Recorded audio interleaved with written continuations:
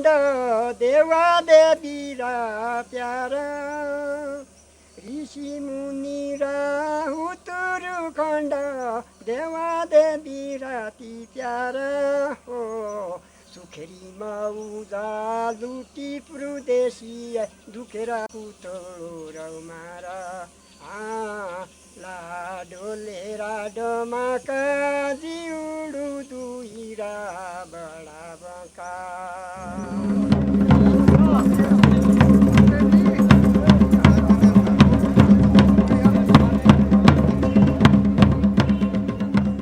कुल्लू देवभूमि मानी जाती है, देवताओं की भूमि मानी जाती है, क्योंकि लोगों का देवताओं के ऊपर आस्था है, भावनात्मक जुड़ाव है। और जंगलों से भी लोगों का जुड़ाव है, जो हमारे प्राकृतिक संसाधन हैं इनसे भी लोगों का भावनात्मक जुड़ाव है। इनके ऊपर यहाँ ऐसी बात है कि हमारी जो संस्कृति है उसका, हमारे जो प्राकृतिक संसाधन है उसके संरक्षण में एक अहम भूमिका है, क्योंकि दोनों तरफ लोगों का भावनात्मक जुड़ाव है। दोनों लोग अपनी ज़रूरत मानते हैं। देवता प्रशासन में लोगों का एक आस्था है, नेचुरल रिसोर्सेज लोगों की ज़रूरत है।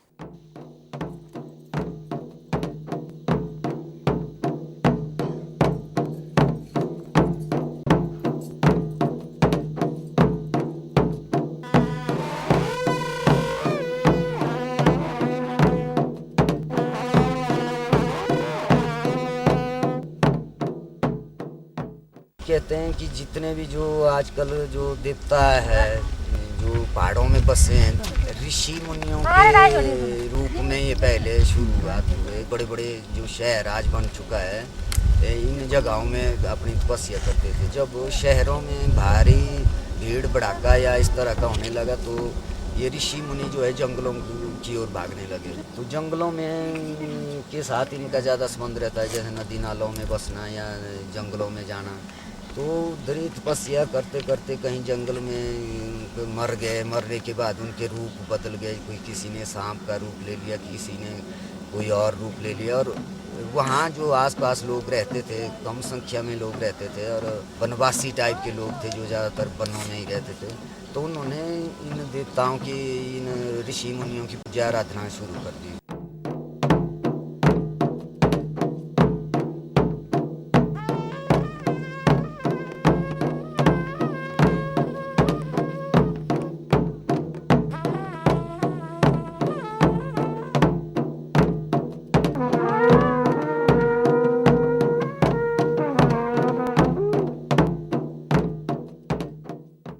हमारा जो समाज है ये देवी देवताओं के दरबार से ही चलता है। वो इस वजह से चलता है कि मान लीजिए कि मेरे घर में कोई कार्यक्रम है, अब उस कार्यक्रम को मैं अकेला तो नहीं कर सकता हूँ, तो उसके लिए एक पावर चाहिए। तो पावर क्या है? वो है हमारा समाज। तो वो समाज कहाँ एकत्रित होता है? वो है एक देवता का स्थान। बाकी जगह तो हम एकत्र नहीं हो सकते हैं। बाकी जगह तो राजनीति चली है, धड़े में बढ़ जाते हैं लोग, लेकिन वहाँ धड़ा नहीं होता। वहाँ पर तो एक विश्वास होता है, आस्था है। जब सभी लोग इकट्ठे हो गए वहाँ पर, तो एक चर्चा चलती है कि भाई मेरे घर में कार्यक्रम है तो वो करना है। तो जब उसकी चर्चा होती है तो सभी लोग मिलजुल के उस घर के कार्यक्रम को कर देते हैं। तो सामूहिकता भी बनी रहती है और घर के कार्यक्रम भी निकल जाते हैं। इस वजह से लोग जो है देवताओं के स्थान को मानते भी हैं। जैसे मैं घर में बड़ा है ना, अपने परिवार में मेरे को बोलते हैं पिताजी, ऐसा हमारा बुजुर्ग देवता ही है।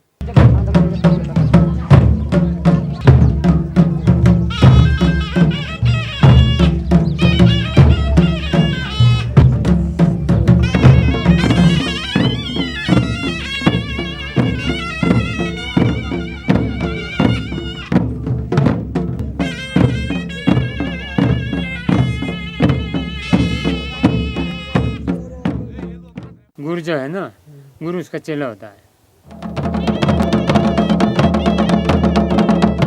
गुरु का काम होता है कि देवता क्या कहना चाहता है उसके माध्यम से वो कही जाती है बात। देवता का दूसरा रूप उसी को मानते हैं कि ये देवता है, ये जो कहेगा वो देवता कह रहा है।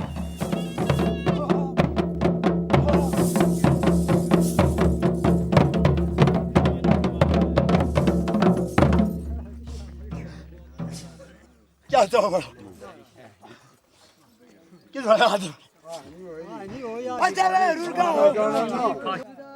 तेरे दर्द आप कि चले अरे या समझा हुई तू जरूर नहीं होना ऐसे या सब समझा अगे नहीं दिहाड़ी में बस मेरा ठाकुर से बाल जो खबर तो चलते नहीं सब कर एक त्रि मेरे साथ उन्होंने भी तेरे भी ढाई कर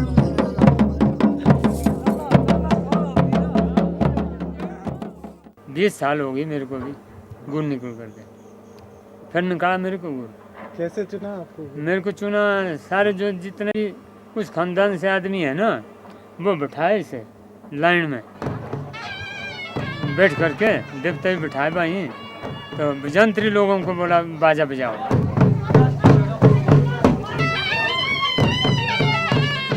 फिर बोला जिसको देवता अंदर चढ़ेगा गुरु वही होगा। जब हम बैठे बाकी लोग हो गए पीछे, तो देवता मेरे में चढ़ गया, मैं ऊपर गया। उस टाइम ऐसे कंपना हो गया, लोगों ने बोला बस हो गया हो गया हो गया, ये हो गया।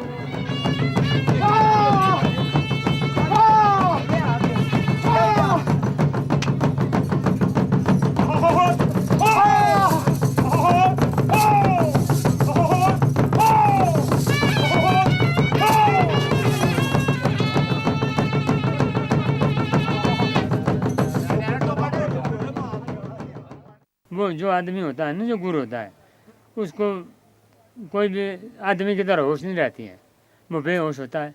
जो उस बेहोशी में बताया ना उसने, उसमें उस टाइम देवता सही होता है।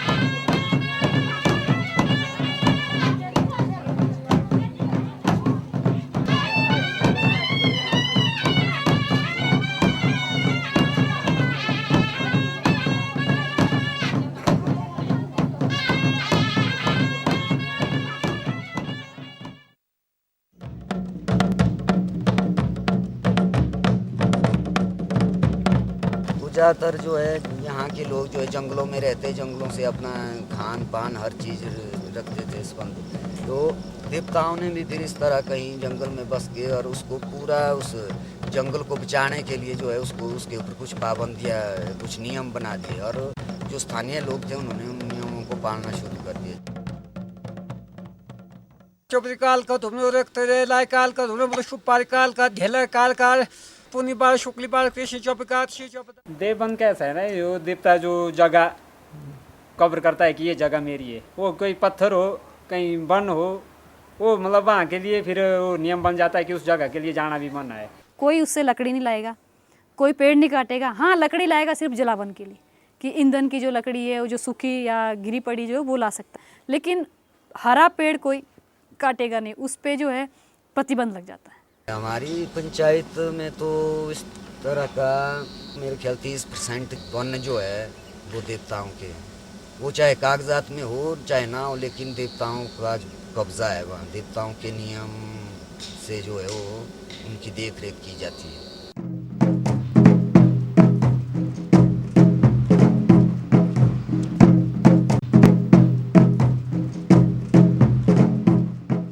इससे पर्यावरण ही बच जाता है, इसमें मतलब इतना बड़ा जंगल बच जाता है कि उसमें अब वो जंगल है उसमें पर्यावरण ऐसा बढ़िया है वहाँ, मतलब अब तो कुछ हो गया ना, वो बड़े बड़े पेड़ गिर भी रहे वहाँ, तो ऐसा है तो वहाँ मतलब इतना अंधेरा हो जाता है वहाँ कि दिन में वहाँ धूप तक नहीं पहुँचती है। प्रजातियाँ भी ऐसी बची हुई है कि जितने भी इस एरिया में जो भी प्रजातियाँ हैं ना पेड़ पौधे की, वो उस जंगल में हर किस्म के पौधे मिलेंगे।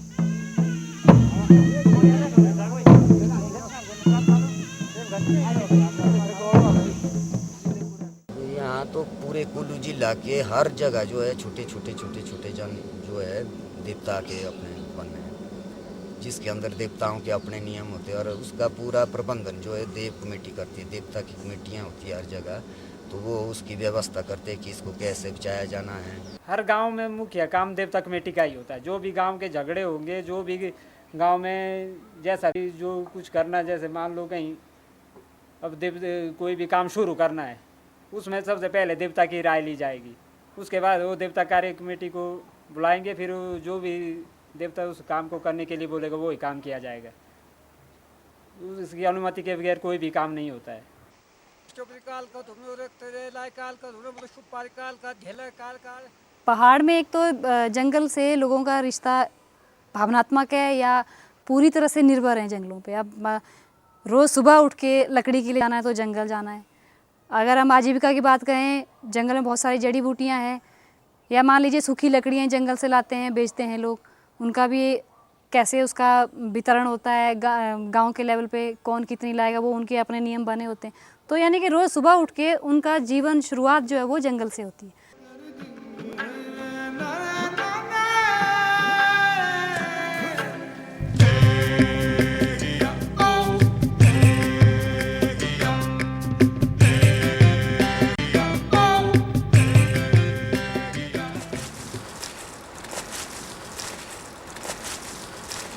हम यहाँ पंजा खोदते हैं, तीज खोदते हैं, धूप खोदते हैं, कौड़ू खोदते हैं, नहनी खोदते हैं, जिसमें से हमारे इधर लोगों की इनकम इसी के ऊपर है। कैसे? जैसे कि अब पता है आप लोग चलते हैं हिमाचल में चलते हैं, हमारे इलाके में चले, क्या हमारे कोई प्लानी इलाका नहीं है? हमारी ज़मीन जो पथरीली है।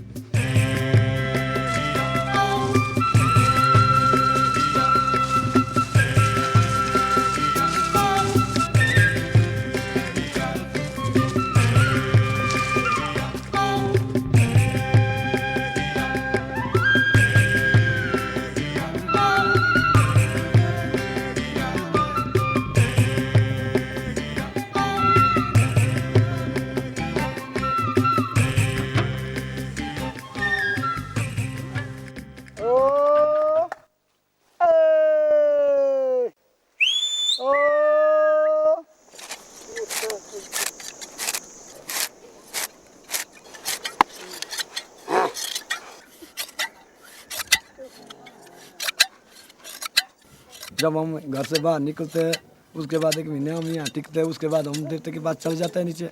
वो नारायण लोग हमारे को विदा देते थे। ऊपर 7 पृष्ठ को होता है नीचे शानु मेड़ा का फलों का, उसमें हम बात करते हैं देवते के साथ, फिर देता है वो हमारे को विदा, यहाँ से फिर चले जाते हैं ऊपर।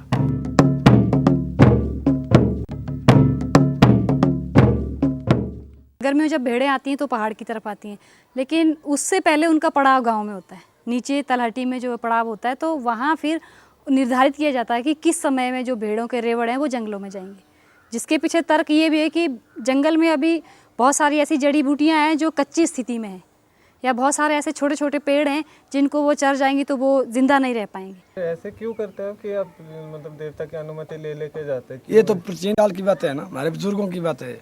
जो हमारा रक्षा करता है ये देवता, वो पूरा दिन ठीक दिन देखता है, साफ दिन, उस दिन हमारे को विदा किया जाता है यहाँ से।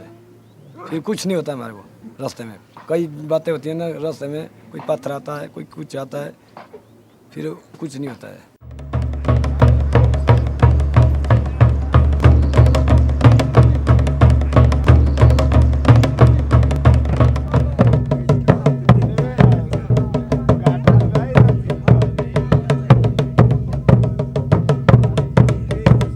आपने क्या पूछा देवता से? देवता को पूछा ऊपर जाने के लिए, जब हम जा सकते कि नहीं जा सकते। सुननी टंडिया जानते खोजो ना टंडी सुनने दिसे एक बीजेर जाड़ा मैंने बोला देवता को नेशनल पार्क वाले हमारे को रोक रहा है। देवता ने बोला आप जाओ, मैं बैठा हुआ है, आप मत घबराओ। देवता बोलता मेरा जंगल है, यहाँ पर कोई भी नहीं पकड़ सकता। सुन डाले रे सीडुआ मारे देशेरी कहानी, इबरे ताई दी दुए आजाद पंछी, इबरे ताई दी दुए आजाद पंछी, एबे बला पार का बनाऊ।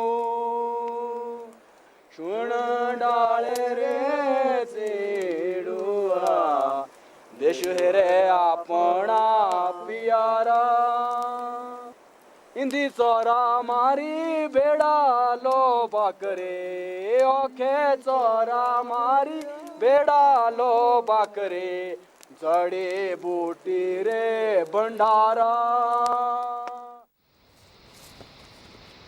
It is yet to be confirmed by the science that if you want to preserve biological diversity per se, then you have to eliminate all sorts of biotic pressures. There has been some research done in Great Mile National Park by the Wildlife Institute of India, and that research also says that yes, there is a need of keeping people out, and in case you reduce the pressures on the biological resources of the park, then biological diversity of the park can be better preserved. Park के अंदर तो बहुत मतलब ऐसा नहीं है कि 12 महीने लोग जाते हैं, वो तो कुछ टाइम आता है ऐसा 1-2 महीने में लोग जाते हैं और उसमें वापस आ जाते हैं. देवता का जो मैनेजमेंट है और पार्क का जो मैनेजमेंट है उसमें फ़र्क है. नेशनल पार्क वाले बोलते हैं कि इसको जो है बंद करना चाहिए, इसके अंदर बिल्कुल जाना ही नहीं चाहिए. अगर देवता बोलता है कि थोड़ा इसको कम किया जा सकता है, जैसे शिकार करना है इसको मत कीजिए, शिकार नहीं करना चाहिए. अब देवता यह भी बोलता है कि अंधाधुंध मतलब खुदाई भी नहीं करनी चाहिए. अगर धूप निकालना है तो उसको थोड़ा तरीके से निकाला और कम निकालना चाहिए. देवता के प्रबंधन में लोग शामिल हैं, एक तरह से प्रबंधन जो लोगों के हाथ में. और फॉरेस्ट डिपार्टमेंट में जहाँ लोग बिल्कुल भी शामिल नहीं हैं, जहाँ उनके हक हकूक सब ख़त्म कर दिए कि तुम यहाँ घुस नहीं सकते, तुम यहाँ कुछ नहीं कर सकते, तुम्हारी भेड़ें अंदर नहीं जाएंगी, तुम गांव जब जंगल में घुस ही नहीं सकते, उनका आना जाना ही मतलब प्रतिबंध लगा दिया उसके ऊपर. तो फिर कैसा प्रबंधन, कौन सा प्रबंधन, किसके लिए प्रबंधन?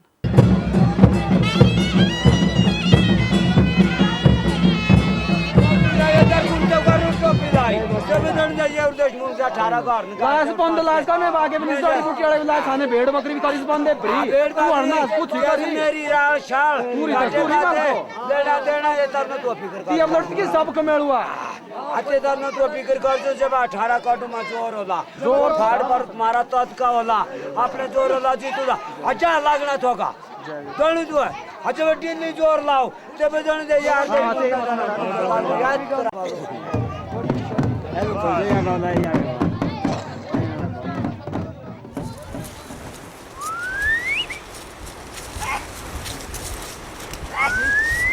You can see a lot of trampling by these animals.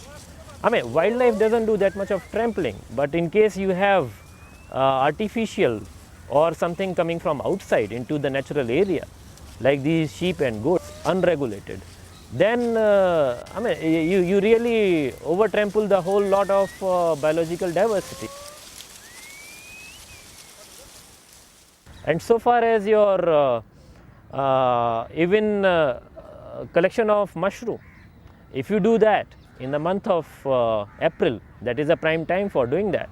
That is the same time when pheasants they breed, and in case you are doing that in that kind of a time, then usually people will either trample on the eggs of the pheasants, or they will collect the eggs, they will make something out of it, or I mean they can really destroy the whole system. गर्मियों में पहाड़ पे आती हैं भेड़ें, लेकिन पहाड़ में उस वक्त कुछ इस तरह के पेड़ भी होते हैं कि बहुत छोटे होते हैं, जिनको अगर वो भेड़ बकरी उस वक्त खा ले तो वो बढ़ नहीं पाएंगे, तो उनका भी संरक्षण जरूरी होता है. उसी के चलते फिर गांव कमेटी में जो अनुभवी लोग होते हैं उनको पता होता है कि इस वक्त ये भेड़ों का जाना ठीक नहीं है, तो वो जैसे जैसे भेड़ों के रेवड़ आ रहे हैं वैसे वैसे उस हिसाब से कौन से जंगल में किसने जाना है या किसका एरिया कौन सा है, कहाँ जाना है, तो वो उसकी तिथियाँ निर्धारित करते हैं कि इस दिन आप यहाँ से जाएंगे, यहाँ से उठेंगे और आपका ये, और बाकायदा एक धार्मिक रूप से उसका मतलब भेजा जाना, गांव में पूजा होना, वो सब होता है. लेकिन उसके पीछे मेन कारण ये होता है कि गांव में या जंगल में ऐसी कौन सी प्रजातियां हैं उनको कैसे बचाना है, उनका संरक्षण या पेड़ों का संरक्षण, कौन सी पत्तियां, घास का, जड़ी बूटियां. कुछ जड़ी बूटियां ऐसी उस वक्त हो रही होती हैं जो उस वक्त निकल रही होती हैं, तो जिनका गाँव के लोगों को बहुत फ़ायदा होता है. अगर उस वक्त उनको भेज देंगे तो वो भी ख़त्म हो जाएंगे.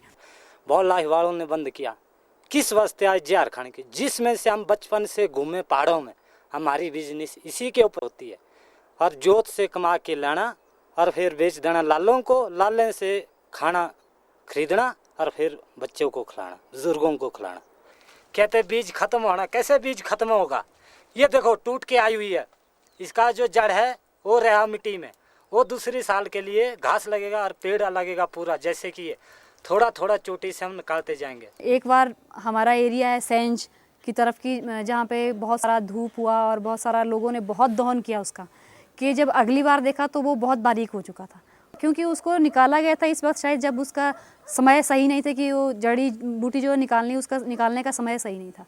क्योंकि गांव में देवता कमेटी या जो एक्सपीरियंस अनुभवी लोग को पता है कि ये जो जड़ी बूटी है किस टाइम परिपक्व होती है, इसको निकालने का टाइम कौन सा है, तो उससे पहले ये ना निकाले। तो फिर एक देवता कमेटी ने ये फैसला लिया कि 15 अगस्त से पहले वो जड़ी बूटी नहीं निकाली जानी चाहिए, क्योंकि उसका टाइम उस वक्त तक नहीं है, तो उसके बाद ही निकाली जाए।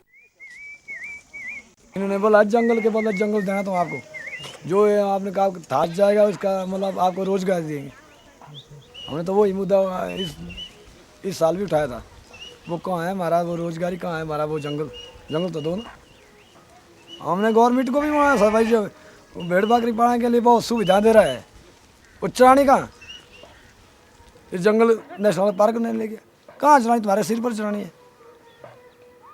कितनी सुविधा दे रहा है मतलब गवर्नमेंट, मतलब भेड़ बकरी पशु पालने के लिए, क्यों खोली ये योजना बेकार, जंगल है नहीं, जंगल सारे ले गए।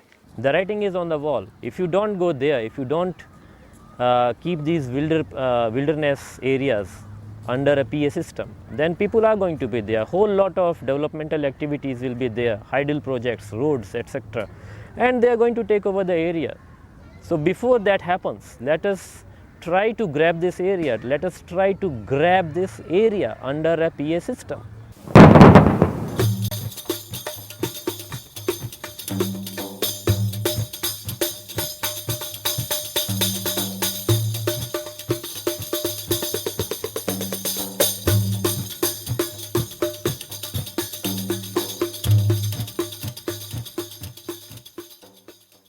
सरकार की यही बातों में विरोधाभास है। एक तरफ सरकार कह रही है कि बहुत संवेदनशील इलाका है, इसको बचाना है, दूसरी तरफ वही सरकार कह रही है कि भाई इस इलाके में बहुत बड़ी बड़ी परियोजनाएं चला करके यहाँ की बायोडाइवर्सिटी को खत्म करना है। और उसमें एक चीज़ महत्वपूर्ण है कि लोगों को कह रहे हैं कि आप लोगों के हक खत्म है, आप लोग बिल्कुल जंगल नहीं जा सकते।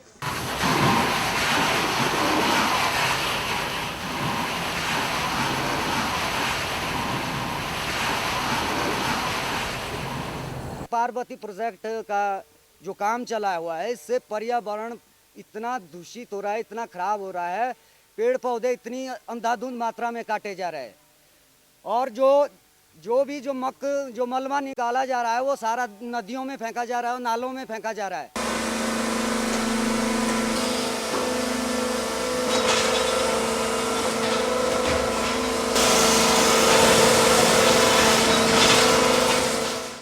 ढाई बीघे मारी जमीन सभी करी खत्म अलग डेमा एंड हवा ना हमनी रहो जीने भाई कैसे ना आई देशान मारा देश मारा मुल्क मारा बूंद बूट मारी जमीन साने सब नहीं दे माले ऐसे बहुत उठे पार काले अब जब बूढ़े बूटे न जाना है गा नाने आने चिड़ी न जाने आ कोई नाना ते वे देशान।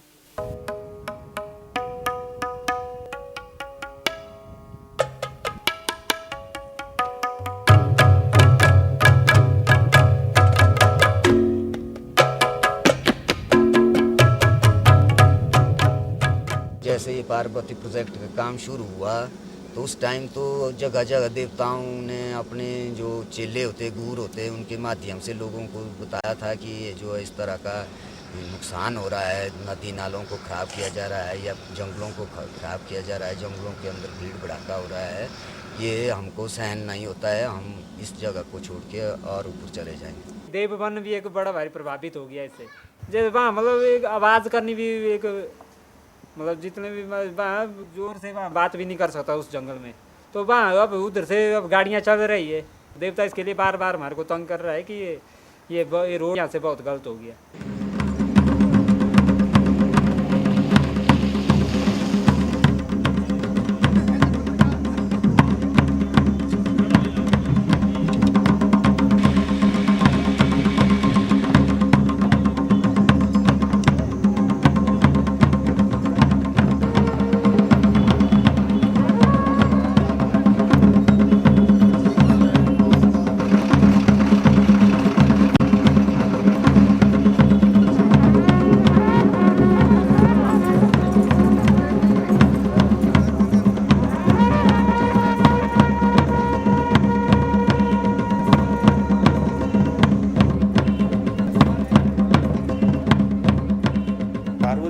विद्युत परियोजना का जो निर्माण कार्य है वो सारा का सारा ज़्यादातर ऐसी जगह में है जहाँ के आबादी बहुत कम है।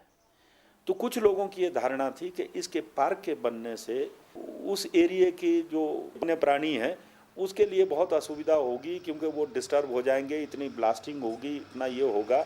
लेकिन उसमें भी जो हमारा अनुभव है वो एक बात कहता है कि आज मैं देखता हूँ कई जगह जहाँ ये आज भी वाइल्ड लाइफ है, उस जगह पर ब्लास्टिंग भी होती है तो वो वाइल्ड लाइफ बिल्कुल नहीं डरती है, क्योंकि उसको एक किस्म की आदत पड़ गई है कि इसके नज़दीक मुझे रहना है। तो शुरू में ये समस्या हो सकती थी, लेकिन आज तो क्योंकि हर जगह हर गाँव को सरकार सड़क से जोड़ने का प्रयास कर रही है तो उससे भी तो ब्लास्टिंग होती है। तो पार्वती जल विद्युत परियोजना का काम है, ये भी तो कोई बहुत लंबा चलने वाला नहीं है, 10, 15, 20 वर्षों में ये भी समाप्त हो जाएगा। इसलिए जब एक दफ़ा वहाँ का निर्माण कार्य हो जाएगा तो वहाँ कोई आबादी तो रहने वाली नहीं है। इसलिए मुझे नहीं लगता कि परियोजना के बनने से कोई वाइल्ड लाइफ बहुत ज़्यादा डिस्टर्ब होगी, ऐसा कुछ नहीं है, क्योंकि जब एक दफ़ा उसका काम हो गया उसके बाद तो उसको छोड़ देना है।